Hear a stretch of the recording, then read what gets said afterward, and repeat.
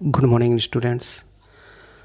आज जो हम लोग बिजनेस एनवायरनमेंट में टॉपिक स्टार्ट करेंगे वो है impact of changes in economic policy on the business या effects of liberalisation and globalisation. इससे पहले हम लोगों ने सारे डायमेंशंस ख़त्म कर चुके हैं और अभी लास्ट लेक्चर में हम लोगों ने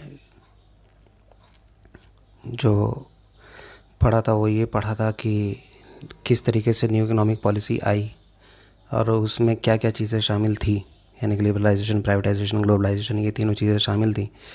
उनके बारे में हम लोगों ने समझा। अब उनका क्या बिज़नेस के ऊपर प्रभाव पड़ा, ठीक है, ये चीज़ अब हमें समझना पड़ेगा, है ना। और यहाँ से केस स्टडी भी अच्छी खासी बनती है और यहाँ से देखा जाए तो फिर डायरेक्ट क्वेश्चंस भी बनते हैं, एमसीक्यूज़ भी बन सकते हैं, ठीक है।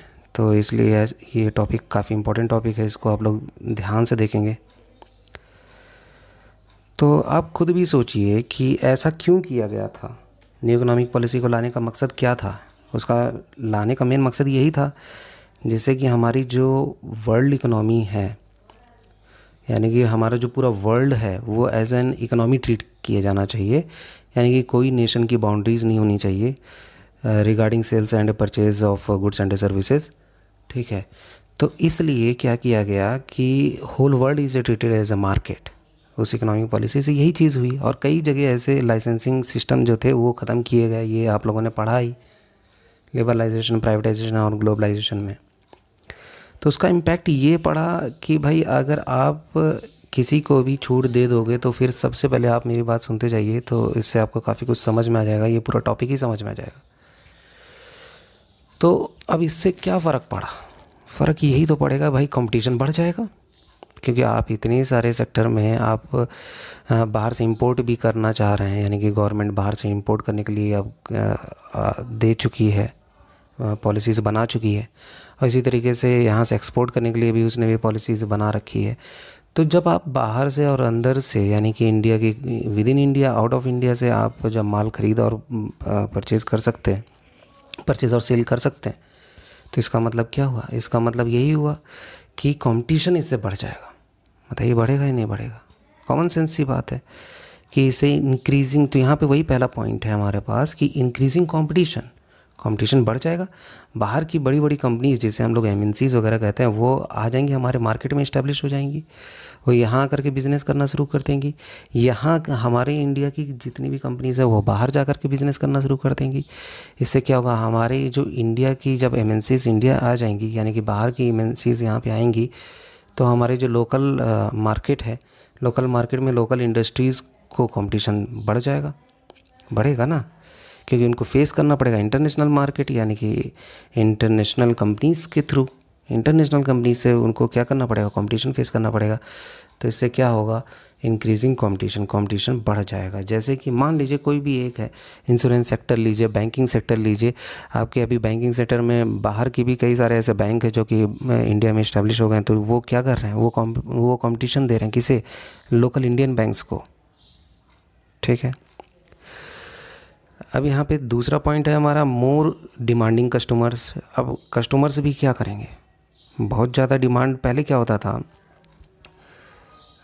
जब अभी का हम लोग समझ रहे थे, पहले का तो अभी हम लोग बाद में देखते हैं। अभी आप क्या सोचते हैं कि जब मार्केट में ज़्यादा कंपनीज़ आएंगी, वैराइटीज़ ऑफ प्रोडक्ट्स होंगे, तो डिमांड क्या होगी, ऑब्वियस है बढ़ेगी, चेंज होगी। आप मोबाइल को ही देख लीजिए, इतनी सारी कंपनीज़ हैं, तो क्या सारी कंपनी एकदम ठप हो गई? किसी एक कंपनी के पीछे लोग भागते नहीं, उनकी डिमांड चेंज होती रहती है, ठीक है। तो इससे क्या है कि पहले क्या होता था, प्रोड्यूसर ओरिएंटेड मार्केट था, ठीक है, यानी कि जो प्रोड्यूसर ने प्रोड्यूस कर दिया वही मार्केट में अवेलेबल है, वही आप खरीदिए। लेकिन अब इतने सारे कंपटीशन हो गए हैं, इतने लोग अवेलेबल हैं कि प्रोड्यूसर अब सिर्फ यही नहीं देखता कि भाई हम जो प्रोड्यूस करते हैं वही लोग खरीद लेंगे, नहीं, बल्कि उसे क्या करना पड़ता है, उसे और भी ज़्यादा प्रोडक्शन पे फोकस करना पड़ता है, उसे मार्केट को देखना पड़ता है, डिमांड को देखना पड़ता है, कस्टमर ओरिएंटेड प्रोडक्ट्स को लेकर के आना पड़ता है, न्यू स्कीम्स लेकर के आनी पड़ती है जो कि कस्टमर ओरिएंटेड है, यानी कि अपने आप को ना देख करके बल्कि कस्टमर को देखना है। यही पॉइंट था ये। Rapidly changing technological environment. Rapidly changing technological environment, world class competition है। क्या आप लोकल हाथों से बनी हुई चीज़ें आप मार्केट में बेच लेंगे? बिल्कुल भी नहीं। जहाँ पे मशीनें आप बना रही हैं, एक दिन में 100 यूनिट्स प्रोडक्ट बना ले रही हैं, और आप हाथों से मुश्किल से 25-30 प्रोडक्ट बना पा रहे हो, यानी कि 25-30 यूनिट बना पा रहे हो, तो कैसे आप फाइट कर लोगे? आपके ऊपर कॉस्टिंग ज़्यादा आएगी, उसके ऊपर कॉस्टिंग कम आएगी, क्योंकि जितना ज़्यादा प्रोडक्शन होगा कॉस्टिंग क्या होगी? उतनी ही कम होगी, और जितना कम प्रोडक्शन होगा उतनी ही कॉस्टिंग ज़्यादा होगी। तो रैपिडली चेंजिंग टेक्नोलॉजिकल एनवायरनमेंट में क्या है कि वर्ल्ड क्लास कंपटीशन को अगर आपको फेस करना है तो टेक्नोलॉजी भी क्या हो रही है? चेंज करते चली गई। ठीक है, तो ये अब टेक्नोलॉजी में भी चेंजेस होना शुरू हो गया, यही चीज़ था। नेक्स्ट पॉइंट देखते हैं हम लोग, नेसेसिटी फॉर चेंज। आज मैं रीड नहीं कर रहा हूँ, रीड आप लोग कर लीजिएगा, क्योंकि इसमें जो चीज़ मैं आपको बता रहा हूँ वही सारी चीज़ें लगभग इसमें मेंशन है। ठीक है, आप एक बार रीड कीजिएगा, मेरी बात सुनते जाइएगा और साथ में आप रीड कीजिएगा तो सब आपको समझ में आ जाएगा। Necessity for change. अब 1991 की जो बिज़नेस एंटरप्राइजेस थी, इनको चाहिए था कि भाई एक स्टेबल पॉलिसीज़ को फॉलो करें, लेकिन 1991 से पहले तो ऐसा नहीं था, है ना। तो उन्होंने क्या किया कि बिज़नेस को एक स्टेबल पॉलिसी भी दी, यानी कि ये इकोनॉमिक पॉलिसी आने से एक स्टेबिलिटी आई थोड़ा। ठीक है, नेक्स्ट पॉइंट देखते हैं, need for developing human resources. पहले क्या होता था कि अनट्रेंड इनएडिक्वेट पर्सनल्स क्या करते थे? काम किया करते थे बिज़नेस में 1991 से पहले। अब 1991 से पहले जब वो इनएडिक्वेट थे, अनट्रेंड थे, तो इससे क्या होता था? नुकसान भी बहुत ज़्यादा होता था और प्रोडक्शन भी कम होता था। तो ये पॉलिसी आने से ये हो गया कि अब हमें ट्रेंड लोग मिलने लगे, ट्रेंड बंदे मिलने लगे, है ना। और जिससे कि क्या हुआ? ह्यूमन रिसोर्स, अब हमें डेवलप्ड ह्यूमन रिसोर्स की ज़रूरत पड़ने लगी। तो ह्यूमन रिसोर्स भी अपने आप में क्या करने लगा? चेंज करने लगा। यानी क्या चेंज करा? क्योंकि उसने अपनी स्किल्स में चेंज करना शुरू किया। ठीक है, क्योंकि कंपटीशन मार्केट में है ना, चाहे वो प्रोडक्ट से रिलेटेड हो, ह्यूमन रिसोर्स से लेकर के हो, कंपटीशन मार्केट में। तो उन्होंने क्या किया? अपने अंदर ह्यूमन स्किल्स जो होते हैं, यानी कि अपने स्किल्स को उन्होंने डेवलप किया औरों से अलग करने के लिए। तो ये भी चेंजेस हुए। मार्केट ओरिएंटेशन में पहले क्या होता था कि सेलिंग कॉन्सेप्ट चलता था, यानी कि बस हमें बेचना है, किसी भी तरीके मार्केट में बेच दो, काम खत्म। लेकिन आजकल अब क्या कॉन्सेप्ट बन गया? इसके आने से, न्यू इकोनॉमिक पॉलिसी आने से मार्केटिंग कॉन्सेप्ट बन गया। मार्केटिंग कॉन्सेप्ट क्या होता है? जिसमें हम कस्टमर की नीड्स, वांट्स, ये सब कुछ हम देखते हैं, रिसर्च करते हैं मार्केट का proper. Loss of budgetary support to public sector. यानी कि पहले क्या होता था, अब इस पॉइंट को समझ लो कि पहले क्या होता था कि पब्लिक सेक्टर कंपनीज़ जो थीं वो अगर लॉस में रन करती थी, तो फिर क्या होता था कि गवर्नमेंट उनके लिए बजट बना करके उनका पेमेंट कर दिया करती थी, और उनको देखा जाए तो फिर उनको सिक यूनिट्स बोला जाता था, उनको भी कुछ ना कुछ फ़ंड दे करके, जिससे कि वो क्या करें? सर्वाइव करें मार्केट में, और उससे रोज़ी रोज़गार चलता रहे लोगों का, ये काम था। ठीक है, तो बजट जब बनता था गवर्नमेंट का, तो उसमें से कुछ पैसे उन यूनिट्स को भी चले जाते थे, जिससे कि वो क्या हो, अगर लॉस में भी चल रही हैं तो उससे क्या हो गया? रन करेंगी। क्यों रन करें? क्योंकि जितने भी लोग हैं उससे जुड़े हुए जो काम कर रहे हैं उनको रोज़गार मिला रहे। लेकिन ये इकोनॉमिक पॉलिसी आने के बाद क्या हुआ कि इसमें भी चेंज हुआ। अब हुआ ये कि जितनी भी पब्लिक सेक्टर यूनिट के लोग थे, वो क्योंकि काम अच्छी तरीके से नहीं करते थे, इसीलिए पब्लिक सेक्टर क्या होता था? लॉस में जाता था। तो जितने भी लोग उससे जुड़े हुए थे, उन्होंने ये देखा कि कहीं ऐसा ना हो, क्योंकि अब प्राइवेटाइजेशन भी हो गया है, तो अगर प्राइवेटाइजेशन हो गया तो इसमें डिसइन्वेस्टमेंट होगा, यानी कि कुछ पार्ट प्राइवेट सेक्टर को भी गवर्नमेंट दे सकती है। तो इस डर से उन्होंने क्या किया? अच्छी तरीके से काम करना शुरू किया कंपनी में, जिसकी वजह से क्या हुआ? कंपनी प्रॉफिट में आ गई। तो ये भी फ़ायदा हुआ है। Export a matter of survival. कुछ कंपनीज आगे कैसे बढ़ी? सिर्फ और सिर्फ एक्सपोर्ट करके। ठीक है, एक्सटर्नल ट्रेड करके, जैसे जिसमें कि रिलायंस कंपनीज है, MRF है, वीडियोकॉन है, इन लोगों ने खूब एक्सपोर्ट किया और अपने बिज़नेस को क्या किया? बढ़ा लिया, और खूब प्रॉफिट मेकिंग कंपनीज बन गई।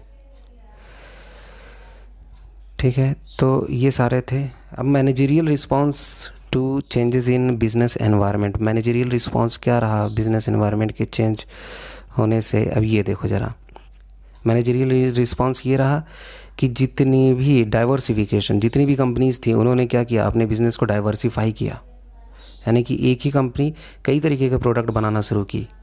जैसे रिलायंस, वोल्टास, एलजी, सैमसंग। अभी आपने देखा होगा सैमसंग के मोबाइल भी आने लगे। सैमसंग के पहले मोबाइल नहीं आते थे, एलजी के मोबाइल आने लगे। पहले सैमसंग वॉशिंग मशीन, टीवी यही सब बनाया करती थी। अब देखिए मोबाइल भी आ रहे हैं, लैपटॉप्स भी आ रहे हैं, कई सारी चीज़ें हैं। डाइवर्सिफिकेशन होना शुरू हुआ। क्यों क्यों? क्योंकि कंपटीशन को फेस करना है तो हमें डाइवर्सिफाई करना पड़ेगा। ठीक है, जॉइंट वेंचर्स होने लगे। अब जॉइंट वेंचर कैसे होने लगे? जॉइंट वेंचर का क्या मतलब है? जुड़ जाना। दो कंपनियां जुड़ गई, तीन कंपनियां आपस में जुड़ करके काम करना शुरू कर दी। क्योंकि उससे क्या होगा, अगर ऐसे कंपनीज जुड़ेंगी तो इससे क्या होगा? इससे ये होगा कि जितनी भी हमारी कंपनीज़ हैं, मान लीजिए तीन कंपनीज़ आपस में जुड़ जाएंगी तो वो अपनी कैपिटल को भी जोड़ लेंगी, ह्यूमन रिसोर्सेज को भी जोड़ लेंगी। अब अगर ह्यूमन रिसोर्सेज, टेक्नोलॉजी, कैपिटल को आपस में ही उन्होंने जोड़ लिया तो एक तरीके से आप देखिए क्या हो गया, बहुत बड़ी कंपनी बन गई, बहुत बड़ी कंपनी बन गई। उनको एज मिलेगा, उनको फ़ायदा पहुंचेगा। ठीक है, और कैसे फ़ायदा पहुंचेगा? वो ऐसे ही फ़ायदा पहुंचेगा कि ज़्यादा से ज़्यादा उनको क्या मिलना शुरू हो जाएगा, बेनिफिट्स मिलना शुरू हो जाएगा। ह्यूमन रिसोर्स उनके अच्छे हैं, कैपिटल अच्छी खासी है उनके पास, टेक्नोलॉजी अच्छी खासी है, तो कौन उनके सामने टिकेगा? कोई नहीं टिकेगा। तो इस तरीके से कई सारी कंपनीज आपस में क्या हो गई, जुड़ गई। जैसे Ford enters with Mahindra and Mahindra, Jaguar enters with Tata Motors, Honda enters with Siel, General Motors with Hindustan Motors, Vodafone is planning to merge Idea, अब हो भी चुका है। ब्रांड बिल्डिंग का मतलब ये हो गया कि एक नाम बना लेना। अब उस नाम से ही क्या होता है, फिर माल बिकना शुरू हो जाता है। अब जैसे आजकल मार्केट में देखिए सोनी एक ब्रांड है, सैमसंग एक ब्रांड है। अब ब्रांड है, उसके अंडर में क्या हो रहा है, बहुत सारे प्रोडक्ट्स हैं। एक ब्रांड है, उसके अंडर में बहुत सारे प्रोडक्ट हैं, सोनी का भी, एलजी का भी, सैमसंग का भी। ठीक है, तो इससे उनको प्रमोशन करने में बड़ा आसानी होती है। कैसे? सैमसंग के नाम से प्रमोशन हो गया तो इसका मतलब ब्रांड तो उनका बन ही चुका है। सारे प्रोडक्ट आप आराम से समझ जाओगे कि ये सैमसंग का ही है ना। Use of latest technology. अब ये सब होने की वजह से क्या हुआ, न्यू इकोनॉमिक पॉलिसी होने की वजह से ये भी हुआ कि लेटेस्ट टेक्नोलॉजी का यूज़ करना शुरू हो गया। क्योंकि अब भाई आप पुराना आउटडेटेड टेक्नोलॉजीज़ यूज़ करेंगे तो आपकी कंपनीज़ कैसे आगे बढ़ेगी, बताइए ज़रा। और वहीं पे कोई एकदम लेटेस्ट टेक्नोलॉजी यूज़ करके लेस कॉस्ट पर और मैक्सिमम आउटपुट कर निकाल रहा है तो आपका तो लॉस होगा, उनको प्रॉफिट होना शुरू हो जाएगा, है ना। और वो डिमांड ऑन टाइम फुलफ़िल कर लेंगे, आप डिमांड ऑन टाइम फुलफ़िल नहीं कर पाओगे। ठीक है, तो बहुत सारी कंपनीज जैसे आईटी सेक्टर में या कंप्यूटर में या लैपटॉप में देखा जाए तो ये लोग क्या हुआ, टेक्नोलॉजीज़ अपनी चेंज करते रहे। ठीक है, इम्प्रूव्ड कंपेंसेशन लेवल। अब देखो कंपनीज जिस तरीके से आगे बढ़ने लगी, डाइवर्सिफिकेशन होने लगा, उसी तरीके से कंपेंसेशन लेवल भी बढ़ने लगा, चेंज होने लगा। ठीक है, जो सैलरी पैकेजेस थे एम्प्लॉयज़ के वो भी बदलने लगे। कंपनीज़ उनको अपने यहाँ काम करने के लिए अच्छे ऑफ़र देने लगी, उनको बोनस देने लगी, इंसेंटिव्स देने लगी, और अच्छे इंजीनियर्स, अच्छे मैनेजमेंट ग्रेजुएट्स को उन्होंने मौका देना शुरू कर दिया, जिससे कि उनका क्या हो, ज़्यादा से ज़्यादा प्रॉफिट हो और मार्केट पे होल्डिंग्स बढ़ जाए। नेक्स्ट है कस्टमर फोकस। पहले कंपनीज कस्टमर पर फोकस नहीं किया करती थी, लेकिन अब कंपनीज क्या करने लगी, कस्टमर पे फोकस करना शुरू कर दी, क्योंकि कंपटीशन बढ़ गया है। जितना जो कंपनी कस्टमर को सेटिस्फाई करेगी, कस्टमर ज़्यादा से ज़्यादा उन्हीं के साथ जुड़ा रहेगा। जो कस्टमर को सेटिस्फाई नहीं करेगी तो कस्टमर क्या करेगा, स्विच ओवर कर जाएगा किसी और की तरफ, किसी और कंपनी में चला जाएगा, किसी और कंपनी की सर्विसेज लेना शुरू कर देगा, है ना, आपकी कंपनी को छोड़ देगा।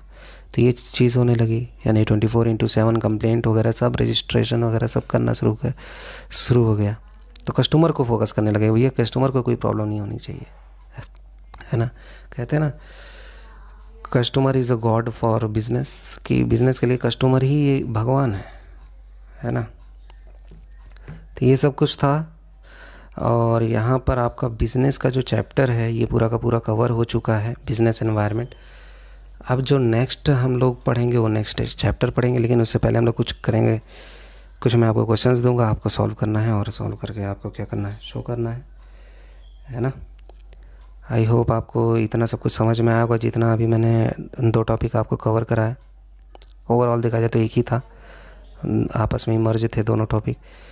इनको वीडियोस को बार बार देखिए, समझिए। अगर कहीं प्रॉब्लम आती है तो कमेंट करिए कि सर हमें ये चीज़ नहीं समझ आई, मैं आपको एक्सप्लेन कर दूंगा, ठीक है। और केस स्टडीज़ को सॉल्व कीजिए, है ना। क्वेश्चंस को सॉल्व कीजिए, क्वेश्चंस मैं आपके दे भी दूंगा। और बार बार कोशिश कीजिए कि ये सब कुछ आप बार बार देखें, बार बार सुने। जितनी बार आप इसको अंदर जाने देंगे अपने दिमाग के, उतना ही ज़्यादा आपके दिमाग में ये चीज़ें क्या होंगी, सेट होंगी। बार बार पढ़िए, बार बार लेक्चर को सुनिए, सब दिमाग में सेट हो जाएगा। एक चैप्टर आपका ये कवर हो ही गया। अब नेक्स्ट लेक्चर में हम लोग नेक्स्ट चैप्टर की बात करेंगे, ठीक है। Okay, thank you.